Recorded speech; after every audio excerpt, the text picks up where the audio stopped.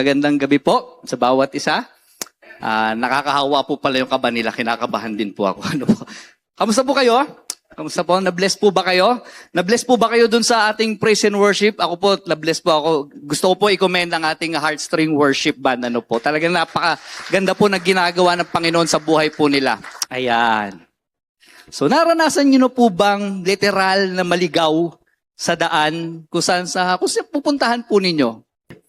Hayaan nyo pong bigyan ko po ng title ang mensahe ni Lord, Unconditional Love. Ano po? So makita po natin sa picture.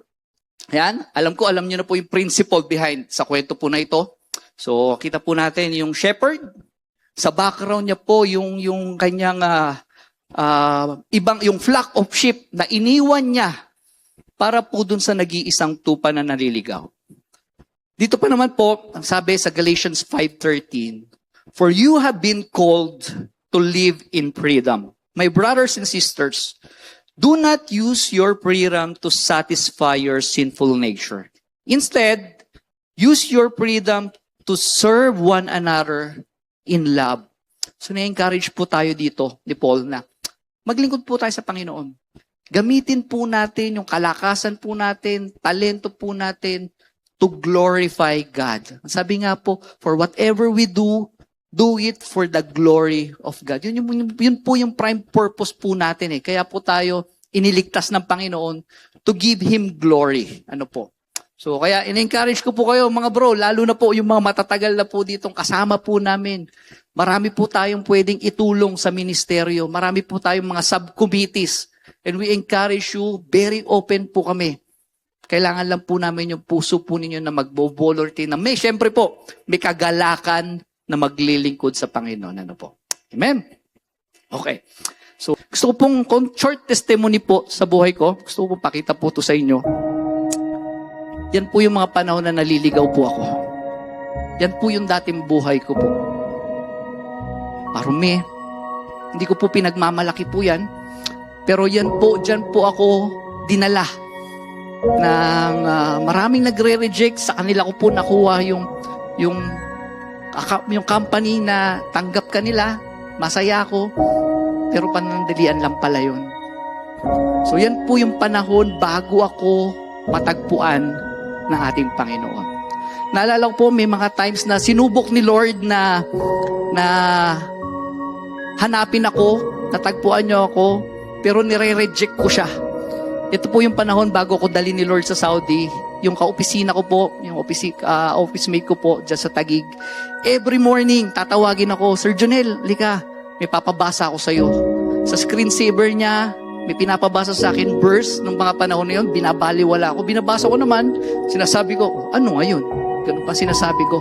Yun po yung mga salvation verse, mga memory verse po natin. Every morning, pinapabasa niya po sa akin yun. Siya po is Christian. Ang pangalan niya po is si Miss Bam, ang tawag ko sa kanya. So every morning, sinisharean niya na pala ako ng salita ng Panginoon. Pero that time, nire-reject ko si Lord. Binabaliwala ko. Madalas tinatanong, kinakwento ko sa kanya yung gimmick ko nung gabi, umuwi ako ng lasing, sumuha ko sa kanya. Kunikwento ko po sa kanya kasi siya lang po yung kakwentuhan ko sa opisina. Tinatanong niya ako, bakit ka ba nagiinom? Bakit ka ba nagyoyosi? Bakit ka ba nagbi-beer house? Sinasabi ko lang sa kanya, dyan ako masaya eh. Nung mga time na pa yun, sinesharean niya ako ng salita ng Panginoon, nire-reject ko siya. Nire-reject ko si Lord. Dahil hindi ako ma-corner ni Lord sa pamamaraan na yon, na-realize ko, dinala ako ni Lord sa Saudi Arabia.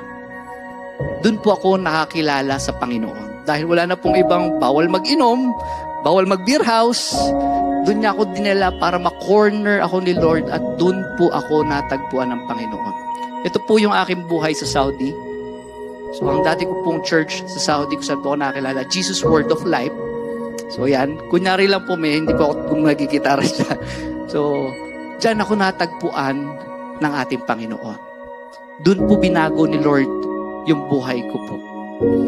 Kayo po, alam ko, may kanya-kanya po tayong kwento kung paano po tayo binago ng Panginoon. Baka po ilan sa atin, makailang beses natin nireject si Lord. Pero yung unconditional love ni Lord, hindi yan magbabago. Hahanapin ka pa rin niya maski naliligaw ka. Ito po ang challenge po sa atin ngayong gabi. Ikaw bro, Saan ka natagpuan ni Lord? Gaano kadilim, kagulo, karumi ang buhay mo bago ka natagpuan ni Lord? Ako po, inaamin ko napakadumi po ang buhay ko. Hindi pa po yung buong kwento kung ano po yung nakaranasan ko. Pero mapipicture out nyo na po. Gaano kalala o baka naman gaano nakalala yung sitwasyon mo, yung karamdaman mo bago ka pinagaling ni Lord, bago ka niya natagpuan. Ang next question ko po doon, pagkatapos noon, ano na? Hallelujah, Lord. Hangad lang namin, Panginoon, na manatili sa presensya niyo, Panginoon. O Diyos, salamat, Panginoon. Ang bawat isa po sa amin dito ay natagpuan po ninyo, Lord. At binago niyo po kami, Panginoon. Maraming salamat dun sa madilim naming buhay. Dati, Panginoon, binago niyo po kami, natagpuan niyo po kami, at minahal niyo po kami, Panginoon. And Lord, patawarin niyo po kami, Panginoon, kung sa mga panahon na nire-reject po namin kayo. Sa panahon na matigas po ang ulo namin, kaya po kami naliligaw dahil sa disobedience po namin sa inyo. Ang hindi po namin pagsunod sa inyo, Lord, patawarin niyo po kami, O God. And Lord, dalangin po namin ang mga kapatid po namin na naliligaw ng landas, Panginoon. We pray, Lord, na iparamdam niyo po sa kanila yung unconditional love ninyo, Panginoon. Maramdaman po nila muli at muli makabalik po sila sa presensya niyo, Lord. Hallelujah, God. Hallelujah, Lord. Maraming salamat, Panginoon, sa mensahe niyo sa amin ngayong gabi. Sa reminder niyo po sa amin na ang aming mga sarili, posible pala, Lord, na kami maligaw, Lord. Pero wag niyo pong hayaan na maligaw po muli kami, Lord. You claim yung promise niyo po sa amin na wala pong makakaagaw sa amin sa inyong kamay, Panginoon.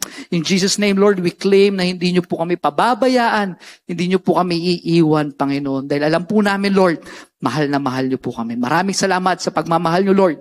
Hindi po namin ito deserve. We don't deserve your love, Lord. Maraming salamat. Kaya pinupuri ka namin, pinasasalamatan ka namin, Panginoon. Ito po ang aming sama-samang panalangin sa pangalan ni Jesus. Amen and amen and amen. Hallelujah. Masaya kung kasama ka namin dito sa Sila! Yes!